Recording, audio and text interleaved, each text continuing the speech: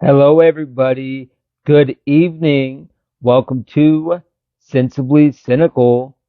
So stoked for this. Warren Marlowe, Buzzing Marlowe, is set to join me. He is a professional wrestler. He has his podcast aptly titled Buzzing with Marlowe. So, yeah, excited for this one. He's been on the podcast before, but she's gonna be good. Invite him on. All right.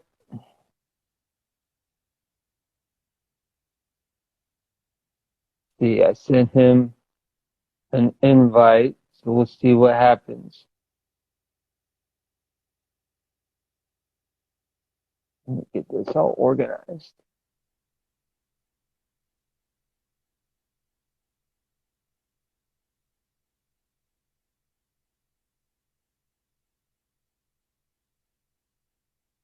What's up, buddy? Let's see.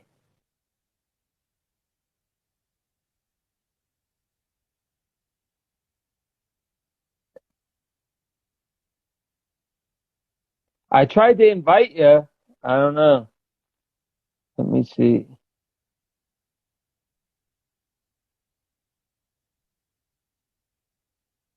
Let me see if I can't invite you. Hold on. I don't know. It won't let me invite you.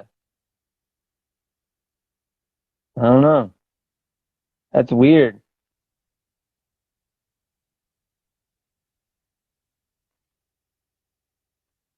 That's weird. Let me see if I can't. Anyways, hope everyone is doing well while we wait for Warren. I don't know what's going on, but anyways, so I'm so stoked for this. We're going to talk about the return of Bray Wyatt, what a death match is, all that. Uh-oh. Hey, you ready? There we go. Oh, I caught you. Are you on the crapper? Did I catch you on the crapper? No, I'm in Hey, Duval, my bro. You know. hidden sanctum in the podcast world. I You just want to know, make sure you weren't taking a shit. You know. I wouldn't how, be that rude. how you been, man? Good, man. How about yourself? Yep, doing well, man. Mad that we're 2-3, but how's how Them dang Philly how cheesesteaks really affected Trevor. yeah, what are you gonna do, how's the podcast going, man? Definitely. It's been busy. I will say that. That's Yeah, basically what I could say for right now. Is it has been extremely busy. all right. For Um, those that don't know what it is, what's your podcast about, man? Basically, it's buzzing with Marlowe. Basically, I love just, I don't like talking just to myself. So I have guests on, and it can be author, personal trainer, wrestling, anything like Yeah, that. And it's just mainly focused on my guest. And my main goal is to actually help people if they have dreams or goals and realize that they can achieve them. It takes time, it takes work, but you can do it. yeah, Great example for me. You want to be a pro wrestler?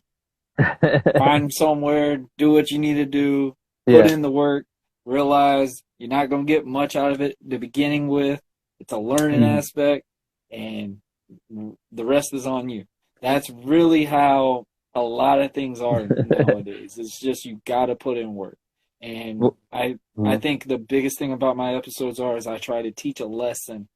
If you can learn from them, that means that something is positive going on with those episodes. So definitely been awesome. We'll be on episode 107 tomorrow. yeah, that's huge, Um, man. I just hit 200, so I I know the know, grind, man. man. I know the I grind, got I man. got to get up to them numbers like you.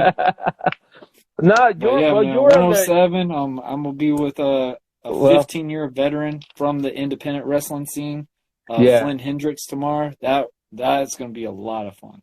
Well, you were on the podcast this is your second appearance. We chatted, what, a year ago or something? Yeah. A year sounds right. Yeah, that's about So, right. Yeah. what have you been up to since then? Besides Whew. cranking out the podcast? Whew. I think the last time I was fully still retired.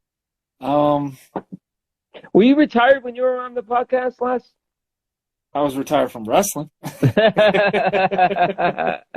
Other things, If anybody hasn't known, I'm coming back. You know, I've been training my butt off. A lot of positives and obviously a lot of setbacks have happened since we've talked. Yeah. Regarding family members and stuff like Right. that. We just had my father-in-law pass away recently. So sorry to hear it's been that. real tough on the family lately, but just being blessed. Keep doing these episodes. Train my butt off. I've got 2 major bookings coming up wrestling-wise, and I never thought I'd be doing those again. So it's been crazy. Just trying to enjoy as much time as I can. You consider like podcasting and wrestling kind of like escapes for you to keep your mind off. The funny thing is, man, I try to stay away from all y'all wrestling fanatic type people because I literally was making sure, if I was doing this, I'm doing it in a positive aspect, but I'm not getting back in the ring. And if you saw my 100th episode, if you haven't, go check it out. It's entertaining. I guarantee you, if even if you're not a wrestling fan of that, you will hate the person that was on that episode with me. It was definitely an adventure, and the end result was I'm coming out of retirement. Oh, that's huge. We've been building this thing up for a while right now. So what'd you do? Some vignettes or something? Some videos? No, actually, I did it kind of like how we're doing right now. Just obviously on the podcast genre, and I wasn't as nice to that guest as much as I'm to everybody else. Like, if you haven't seen it, I recommend it. You know what? It was fun. You should have done it like Bray Wyatt. That's gonna be the first topic. So for those that don't know, Bray Wyatt is the son of IRS, right? And he's coming. He was the Fiend. What's your thoughts? First off, what do you think about Bray Wyatt? Do you think he's overrated, underrated, just about right? Wrestling-wise, he's average, but storytelling-wise and as a character, he's above so many. Bray can be so creative.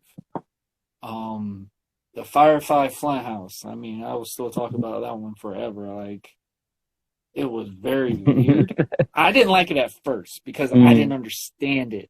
And then when I went back and rewatched it and constantly was looking, just trying to figure out what was the story they were telling, it was basically saying if Cena did not achieve all those, when he fell down and not be able to get back up type scenarios. And it made so much sense. And it was showing when Bray, one of the best rivalries still for Bray was when him and Cena. At WrestleMania, I think it was WrestleMania 30, the build up to that was just amazing. I have chills thinking about that, especially when they went into that match with the I think it was the steel cage match where you had the kids walking down the ramp with the goat mask and stuff, and then singing "He's Got the Whole World," and then you hearing that at his return, that just tells you how much of a huge aspect a character can drive and make a fans invest in emotionally to a character. Yeah. So especially with that Marvel writer now. Yeah, they got that. They got that. So for those that don't know, Bray Wyatt was the leader of the Wyatt family, right? That's how he was introduced. What was your thoughts on? Do you think they'll go back to that kind of? Because Jim Cornette went on and on and on about it, like he does everything. When is Jim not? I love Jim Cornette's podcast, but Jim does get a little bit too overwhelmed. Yeah, I can't listen to that shit. It's like 4 hours. Yeah. And I'm and I get mad at myself if I go 2 hours and I'm sitting here listening to Jim Cornette for I could do a workout and almost do a cardio session before he's even done with talking about a topic. And it's like, he's got a great mind. Jim has been in this game for a long time. But there is some things I think that he does lack on. And he does not like heavier set wrestlers. He does not like, great example, he does not like Kevin Owens. He doesn't like him because of his appearance. And I used to be like that until I've actually worked some of these guys that are that size and stuff like that, and they're amazing. Like, they legit are moving like us. Like, us muscular guys are the good in shape guys. Like, it's crazy. I've seen numerous guys like that. And Bray, I don't say he's amazing as a wrestler, but the character is what gets him to what he's making, or what they've done to invest into him. I mean, Bray's been trending on social media for what, 4 days straight, nonstop? Yeah. Since this White Rabbit ordeal? Yeah, I don't even really watch anymore, and it went viral on, like, Twitter.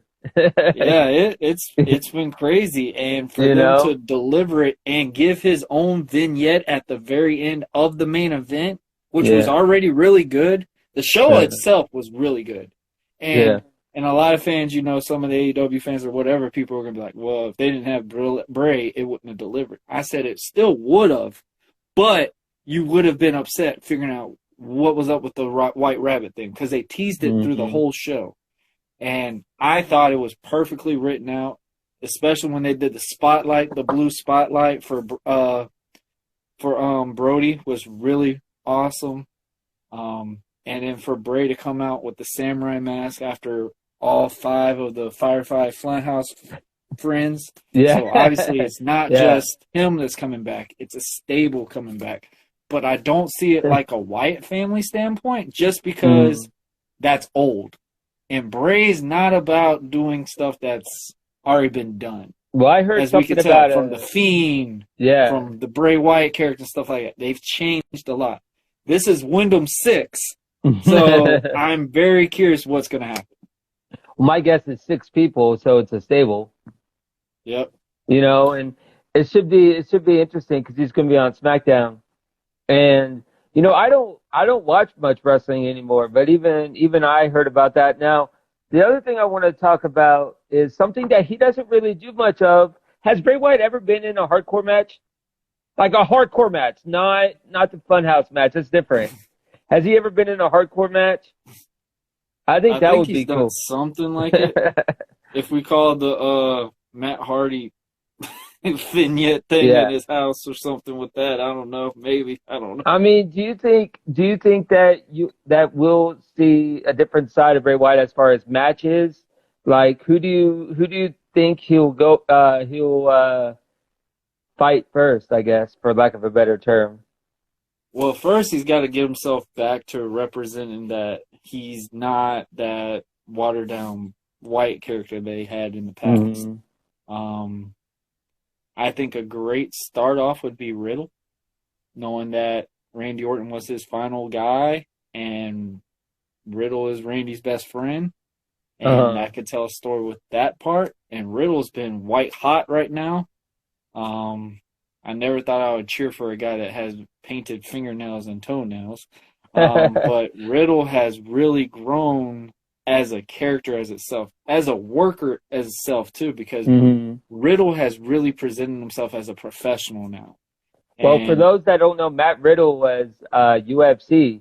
Sorry, I'm not a really big wrestler. My podcast isn't wrestling. No, you're good, man. Exactly, for the average wrestling fans. I have to mainstream everything because I have a lot of musicians and artists on, so wrestling is a little different, you know. So I have to make every single wrestler, like, you know, try to pop culture it, you know. But Matt Riddle, it's all about pop culture, though. Everything's in a pop culture. Well, Matt Riddle's a mainstream name. Like even people outside of wrestling know who Matt Riddle is, you know. Oh yeah, especially in the UFC. People might get mad at me. I didn't really know of him in the MMA background because I don't really. I never really followed the MMA. Yeah, I did. And he was super popular. And I just recently watched. I've been watching a lot of the Ultimate Fighters. I love those shows. I love the competition standpoint. My favorite one of all of them was Forrest Griffin. and Yeah. I love Stephen Bonner, and I loved how those two really like progressed and became what they were now. But I didn't know Matt Riddle was on it. I didn't know Shayna Baszler and all these other girls and stuff were on. I'm like, how many did they recruit from the MMA background? Like, I had to look back and like re-quiz myself on these things, and it's cool just to see. And the way WWE and a lot of wrestling factions are now is they're recruiting people out of college. Yeah, this whole campus thing. I'm not a huge fan of that, Warren. It's building your audience. It's widening it more. I think that's a better thing. Sorry, hold on, my daughter. All right, go. You're okay. But I think it helps it a little bit better just because it expands the audience. I think that's a better part. No, Bell. Lord have mercy. Do you want to? Yeah, everything. Oh, okay. 3-year-old. Yeah, that says it all, huh? You're good. I was just closing the door so I could block out the noise. Yeah. But anyways, anybody don't know, I'm a dad, husband, podcaster, wrestler, you know, many other books of them over here. But I think it does help it in a way. Now, it doesn't help for the hardcore wrestling fans. But you got to look at some of the names that have came out of different backgrounds. Keith Lee came out of football, went into pro wrestling, and became a name. Moose, out of all people, came out of the NFL and went into the pro wrestling background. Yeah. And I mean, Bianca Belair. Bianca was a track star. Yeah, Baron Corbin. Tennessee.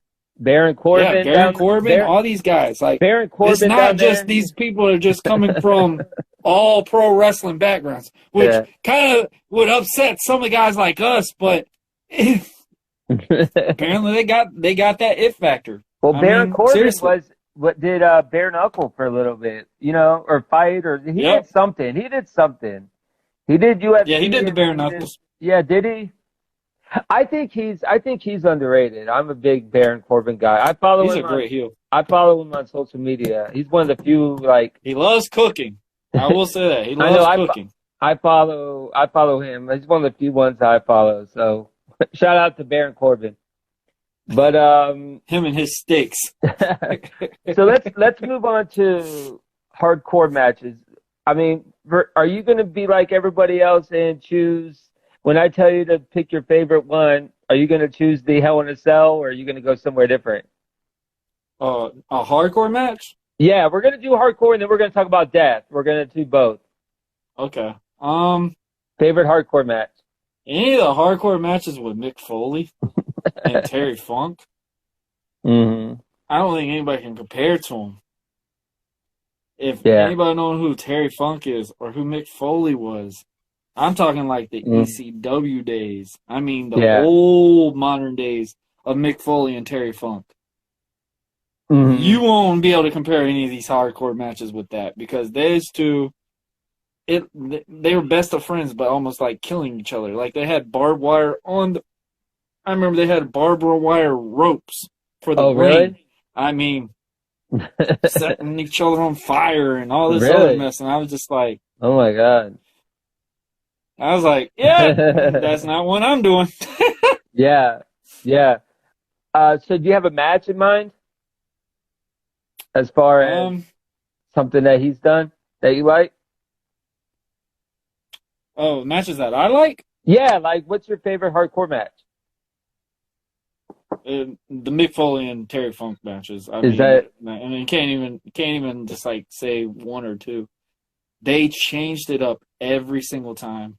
The closest newer era hardcore match I would say has to be when Edge and Mick Foley wrestled each other. Yeah, that's what mine is. That's what mine is. Yeah, they did that table spot, and he speared him inside, right on the flaming table, and it was perfect. Yeah, because it had Lita set it up, everything. Yeah, Joey Styles was on commentary.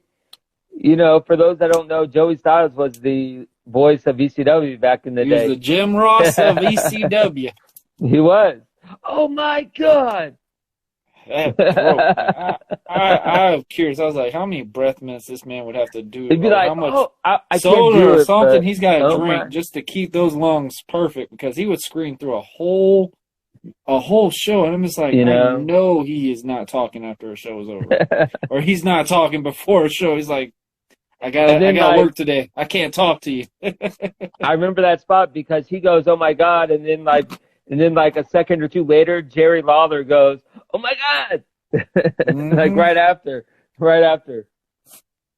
That's Yeah, man, definitely that's those were really cool to see, because Edge never, it really made the rated R superstar character, mhm. because I mean Edge was being that raunchy, you knew the backstory. Him and Lita were messing behind Matt Hardy, Yeah. and for them to put that in the storyline, that was pretty rough right there. Mhm. But Edge grew as a main event character, a main eventer that year after he faced Cena, won the Money in the Bank, got that title on Elimination Chamber. People hated his guts for that Yeah. whole genre.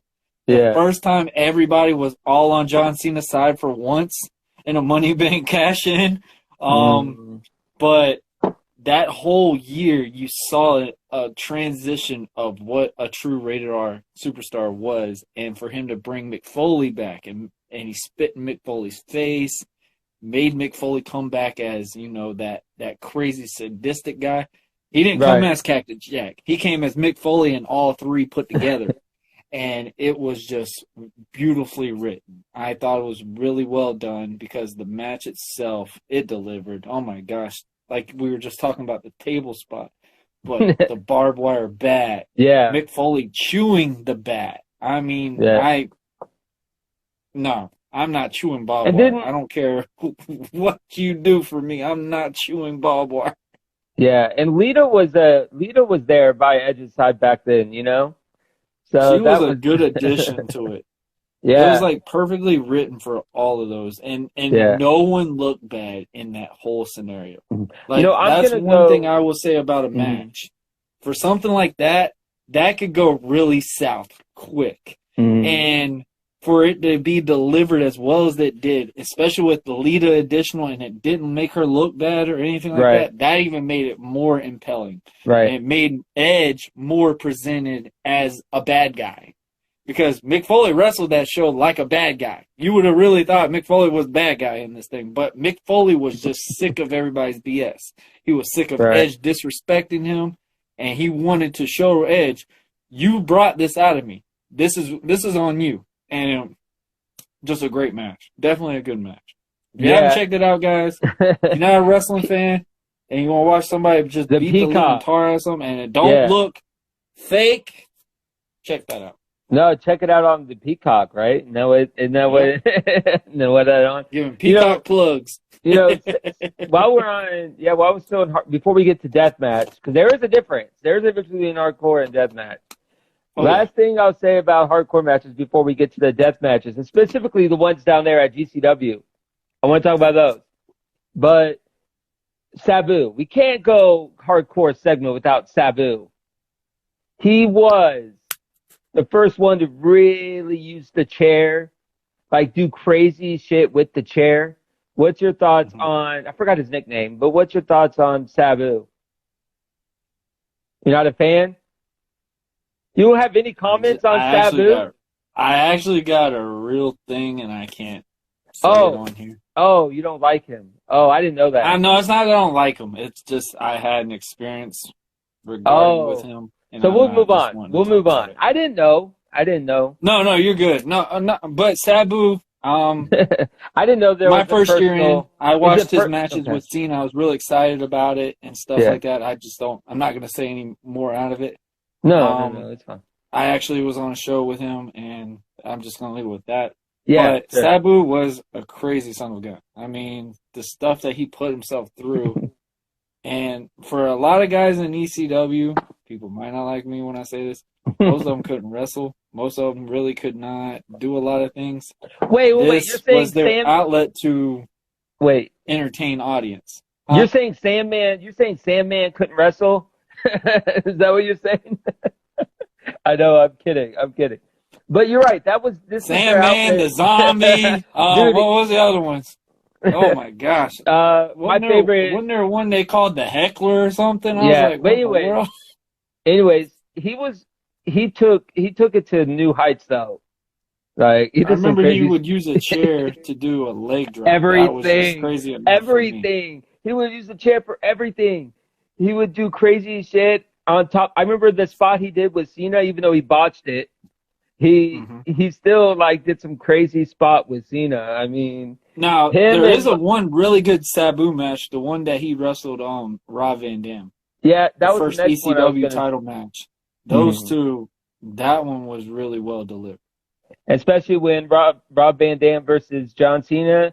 Do you remember that match when Rob Van Dam won Who the doesn't remember that match? Cena was like dang near, I think, was on a death warrant in there. Like, my gosh. Yeah. Yeah. Boy, oh boy, we realized Let's Cena talk was about not the good guy that game. yeah. Well, let's talk about that match because that was the first when I had the WWE Network at the time or at yeah. Mhm. The network wasn't out by that match, but I mean that was one of the first matches that I checked out with the. I feel like people have copycatted the if he loses we riot. I feel like that was the first time I've seen that sign. Was that sign out before then? Because for those that don't remember, there was Cena a was getting sign. hated after he won his second title. They After set he this won the up. title the Yeah, second yeah, yeah. time, that's when he really started Yeah. easing away from him. That's kind of like how they did with Hogan. Hogan had his Mhm. transition for a long time. Well, and then they had this after match. that slaughter Yeah. match with him, it just died out instantly. Mhm. And when Warrior came in, it killed his whole reputation. Mhm. And I think that's the same thing that happened with John, is just John, he adapted from it. In my eyes, I was a big John Cena fan. And I didn't understand why fans did not like him. I mean, crowd loved him when he was the Doctor of Thugonomics. I thought he did great when he first became a WWE champion. Yeah. I mean, now wrestling fans, we're like, Well, yeah, the spinner belt, bro. Come on, we didn't need tires on a daggone championship belt, but yeah. like it was different. Cena, I love Cena as a person outside of wrestling. Well, that was With me one having a night. son that's special needs. Yeah. My son loved John Cena. Loved John Cena. I'm being dead honest when I say this. My son's first words was John Cena. Really? Like legit, his first words were John Cena, and and that just shows you what Cena meant to a major audience, and for that ovation he got against Rob Van Dam, that just told you didn't see when you watch WWE, you can tell like the good guys, the bad guys, and you can tell 9 times out of 10 you're going to hear a positive cheer because it's more of a kid audience in the building. That ECW building, it was like almost the 90s, like the Attitude Era. Well, it was and 2006. We hated anything that had WWE written on it. Well, this was 2006, Warren, so, that was a different weird transition because I remember when Cena came in, he had the title raised up and he would just look down and people were just throwing stuff at him. Yeah, it was One Night Stand. It was ECW One Night Stand. Yep. And then they kept showing that sign constantly. If Cena wins, we right. Cena wins, we right. It makes you go, what if? And like, what if that actually would have happened? Like, maybe Cena was supposed to win and the finish got changed. It was already. We can't it was already messed up. No, it was. I believe it was. I believe it was RVD from the start. That's what I'm saying. But still, like when you listen to that sign and stuff, just kind of like that wrestling perspective, a fan perspective, you just go, "What if that would happen?" Well, didn't he have legal? Didn't RVD have legal trouble and Yep. And then he had legal trouble. So let's get to. They all do some once in a while, man. When you get rich, stuff starts messing up around when you don't even want it to. What did 50 Cent used to say? Get rich or die trying. So I mean, I mean, some wrestlers took that figuratively and literally, you know, The rich die unfortunately, trying. Cena won that title. We riot. Yeah, building's gone. you know. So what's your opinion of what's your difference between a death match and a hardcore match? Like, what's in your Whew. opinion? What's All the right, difference? so the wrestler in me, I'm starting to slowly understand them more. I mean, back then I used to think they were crap. I used to was like, why? What do you need this for? Like, I'm looking at this as a longevity standpoint. What longevity is there? You're getting slammed through glass tables. Guys are grabbing pizza cutters and all stuff like this. And then when I'm watching back, I'm like, you know what? Maybe that's just that type of audience. Like, I preach about it on my shows and on commission talks and everything else. I talk about, wrestling has its type of styles. And some areas, especially the GCW era, which they've got a good wrestler right there that we've seen grow from the ground up, Effie. And Effie has transitioned so much. I remember my first match with Effie. That was an interesting thing. When you say what's a gimmick, I did not literally know Effie was gay. So for those that don't know, who is this person? Because I don't know who this Effie? person is. Yeah. So Effie is GCW's main guy now. And he's also gay. But Effie has been a transitor. I mean, dude just got back from going to New Japan and stuff like that. So for somebody that was told, hey, you're never going to draw anybody, you're never going to make it big in this business, because Effie wasn't fully trained, which people have shunned him for a long time for, but Effie has proved everybody wrong. And I mean, Effie just headlined a match with Jon Moxley just recently. So that just tells you what this man has done. I mean, Effie headlined a match with Matt Cardona and with his wife Chelsea. So it's like, what's the joke on it? Yeah, exactly. And I saw one death match where they were going through like glass. I forgot the name. I forgot the name of the two wrestlers, but it wasn't Nick Gage. It was the other two. There was two other ones that did crazy shit, and they went through. Well, talk about game changer wrestling. Is that like I hear ECW vibes. Am I right or wrong in that? I would say yeah. I think they got the ECW vibes, but some of them do actually know how to wrestle. I would say it's a new thing. Fans are loving it, and the aggressive fans, I would definitely say, are very in tune with it. I never really got to watch any of them. I watched the one with Matt Cardona and Nick Gage.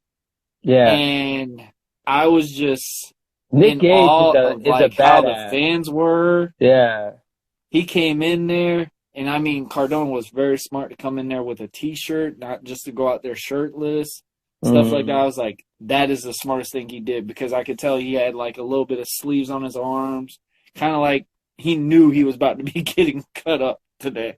He knew what was about to happen. And it shows that people have respected that type of wrestling, because Matt Cardona did not have to do any of that. And for him to go out there and do something like that, that shows how much respect he's got for these guys. Because I remember I was listening on the podcast about Matt telling Nick Gage he better not bring that pizza cutter out, and Nick did it. And it was just like, the old wrestler in me is like, oh, so he did something that he wasn't supposed to do. He broke the fourth wall or whatever. Yeah, it's type scenario like that. But it also was like, you know what? The fans wanted it. He gave what the fans wanted. So it's a newer style for fans to like. And I would not recommend it if you want a longevity in wrestling. If you can live and go 15 years going through glass tables and pizza cutters and all that, be my guest. That's fun. I mean, it's entertaining. I don't understand some of it, but it, as a fan aspect, is really cool to see, because you don't see it often, and it looks very real. Where's it based out of? Like, where do they get, like, do you know? I thought it was in the Philadelphia Let me areas, look. but Let I me look. think it's You want to take a closer guess to the before I New Google York it? areas. Changer Wrestling. I think it's in Base. the Philadelphia areas. It might be in the New York area. I don't know. New Jersey. New Well, Jersey? Yeah, that's it right. used to be Jersey Championship Wrestling. And then it changed to Game Changer Wrestling. Yeah, that sounds Yeah. about right. So Nick Gage, is he like the next Mick Foley? This guy? Because I heard that Chris Jericho on his podcast, and I saw the match he did, right? He did a death match with Nick Gage. Yeah. So last thing we'll talk about is Nick Gage, and then we'll call it a day. No, you good. You sure? You're good, man. I My don't wife's want got her now. But I had mixed feelings when it regarded Nick Gage at first. Like I said, I wasn't really into that type of wrestling. But I could tell like how much he's invested himself into it. And the respect that Moxley is, no offense, that's how I thought Moxley was for the longest time, was just a spot monkey that even just in liked the Shield, to do the adrenaline type matches. Even in the Shield back in the day, you know? Yeah, I was not a Dean Ambrose fan ever, and I've grown to like Moxley in AEW. I really would have said if anybody's had the most positive thing out of wrestling regarding with AEW, John Moxley has definitely got to be on that list. Like he's put that thing on the map. So it's like the thing with him and Nick Gage, they've had matches way past before he went to WWE and stuff like that. So yeah, like they were talking about that recently. So it was like really cool just to see that revolve back and stuff like that. So that was interesting to see because it was just like you never saw it happen. And it was like, okay, what was really the purpose of it? And then when I watched it more and more, and I'm like, okay, I actually like this stuff. I won't do it, but I like it. So right. It's definitely a newer vibe feel. I would not think it's going to be a long haul thing. Look at ECW; they lasted 5 years at the most doing this. If the fans keep buying, people will do it. I mean, look at New Japan. New Japan's finally slowly growing up to what they've needed for the longest time. They're actually the ones that brought the true meaning of a death match. Really? If anybody really wants to know. New Japan's the one that started those stuff. And it just found a way in the U.S. thanks to Paul Heyman and stuff. The death match. The definition I found of a death match is it says, anything goes with foreign objects and weapons. So there you go. Yeah. That's pretty vague. Yeah. That's pretty vague. Before we head out here, what's your thoughts on the direction that WWE is headed? You said wrestling as a whole? Yeah, just with Triple H now instead of Vince and everything like that. Oh man. I'll try to say it like how I don't say it on every other show. It's new. The only thing that's really been different is you're getting newer faces on the TV. He's showcasing talent. The storylines are being a little bit more explained better. It's not like that childish type storyline that you're so used to now. Right. Triple H has got a meaning to know the newer style of wrestling. He knows how to adapt the evolution of it now as a whole. Sure. The matches people are getting more longer match times. That's the biggest thing I would say has been a differential thing. And the one thing I will say as a major whole too is the characters are being more explained. When I say more explained, you're getting that showcase aspect of why they are who they were. Say like Karrion Kross. Karrion Kross is explained. He is showing you every single week what that metaphor of TikTok stands for. Drew McIntyre. I talked about him earlier. You know, I my will dream say match. this. I want Clash of the Castles, I became a fan of him just from that vignette. Yeah. For the Mirrors of Broken Dreams, I became a fan of him just for that night. Do you said think he's grown so much, wait, but hey, Warren, do you think that he will put Bray Wyatt over? Because I think they're going to wrestle. Drew McIntyre and Bray Wyatt. Do you Drew think needs a break right now? If you haven't watched that Extreme Rules pay-per-view that he just did, he needs a break. So you think that he would put him over then? Oh, absolutely. I mean, it's not necessarily who's putting somebody over. It's just what's the next standpoint. Is it just because it's a match, or is there something more involved into the story? With Drew, I think Drew is now officially probably out of the main event title picture now. So Drew's got to basically rank himself back up. Yeah. Well, who do you see Bray Wyatt for Bray Wyatt? Yeah, who do you think Bray Wyatt will wrestle first? You think it'll be Drew? Because he's not going to go with Roman Reigns right away. No, absolutely not. I think it'll be Drew. I think it'll be Drew. It's an easy. I say let him do a Judgment Day. I think that's a little. No offense to Judgment. No, he's on SmackDown. Bray Wyatt's on SmackDown. Okay. The only thing I could think of is Drew. Unless makes sense. I would still say Riddle, but Riddle's on Raw, so yeah, maybe Drew. That's the only thing I can really think of. It this way, it could help build with Ricochet, get him a storyline. It could do with so many different things. Like they could do Wyatt 6 versus the New Day. That's what, yeah. The New Day can get revamped back up. We know Big E's slowly getting himself That would be interesting. That would be interesting. I would like to see Bray Wyatt mess around with Sheamus and his group. I think that would be interesting just to see the Brutes or whatever. Yeah.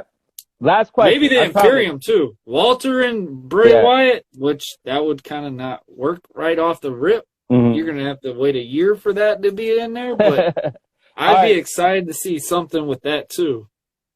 I'm going to play a game of overrated and underrated. Go ahead. All right, are you down for this? Yeah, I'm down.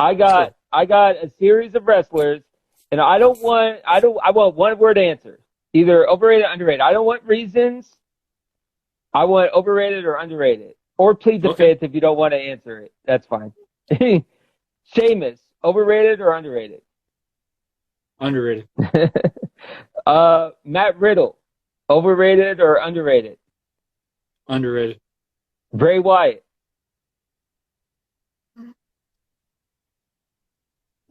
Definitely underrated.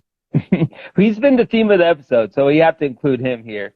John Cena's legacy.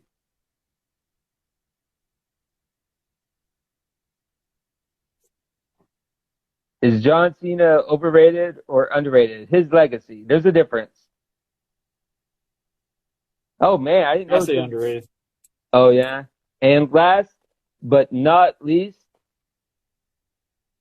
the career of Macho Man Randy Savage. Overrated or underrated? You think he's underrated, Macho Man? I wouldn't say overrated. Like, Macho is one of the greatest true mechanics back in the day.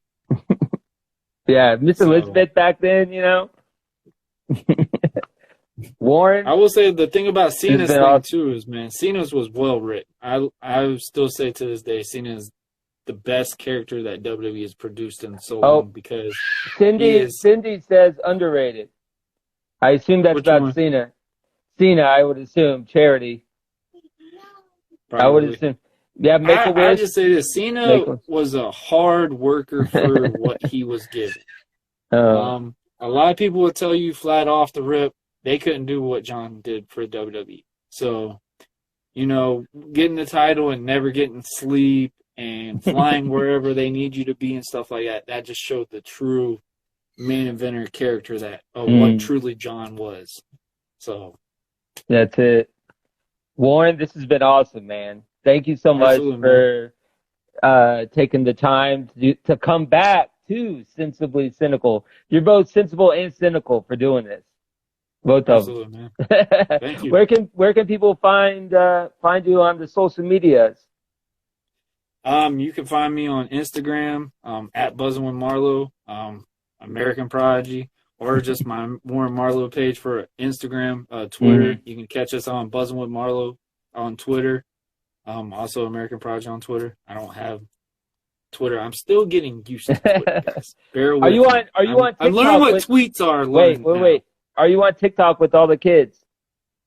Yeah, I'm on TikTok now. With all the kids? I'm still learning how to promote a podcast on TikTok. It's kind of weird. Yeah, the algorithm's messed up, man. I tried to use the Reels or whatever, the little TikToks. Yeah. And I was told, this is from a little like birdie of mine, like through the grapevine. It depends on the time and day you do it. Really? Yeah. Yeah. Okay. I usually do them in the morning. Now figure that time in now I can't tell you what what time and day is the best, but I know it's time dependent. Because there'll be, I'll do a funny one, like a legit funny one that'll get like a bunch of views on like Instagram. Yeah. And then I'll post it on TikTok at the same time and it'll be like crickets. I know that's the same thing I have with Instagram. Like Instagram, I'm over like, I get these things saying, hey man, you've been viewed like 500 something times. I put on TikTok, it's like, you've been viewed this much with like 4 likes. I'm like, how does this work? But I'm on TikTok at Buzzing with Marlowe, Facebook. Everybody, just go on the panhandle with Buzzing with Marlowe on every social media except Snapchat. I'm married, so I'm kind of staying away from Snapchat. I mean, trouble. I'm not married, so I know, but I know what Snapchat is. It's like it kind of has MySpace vibes a little bit. Somewhat. We'll leave it at that. Where can we find Buzzing with Marlowe? Oh, wherever you get your podcasts, or what's the link? Yeah, every episode Fridays. Right. You can catch us on YouTube at our Buzzing with Marlowe channel. Like and subscribe, guys. We're growing. I'm in awe of how much we have grown in just 7 episodes back for season 4. That's huge. You can also catch me on Wednesdays with the Commission Talks. With my boy Blackheart, my guy from OTTR, Dre on Wheels from the 1130 podcast, and we just added a new member, Mr. Eric the Joker. He's got his second episode with us next week. We're going to be on Blackheart's show, and it's alternated each week. So, say I do 1 week on Wednesday, Blackheart will do the next following week on his platform, and then Dre will have us on for his Friday, which you were on for the Talk Pro Wrestling. I was on that. So it's just a cool vibe, man. We alternate with different platforms and stuff. But I was on it. yeah, that's right. But you can catch us on those panhandles, man. Also, you can check us on the audio wherever you get your podcasts. The main ones: Spotify, iHeartRadio, Podbean, and Anchor. All right, Warren, as always, I appreciate it. Thank you. And have a blessed evening, all right? Thank you. Thank y'all. Keep your sanity, okay? Try to keep your sanity. I try, man. All right, later, man.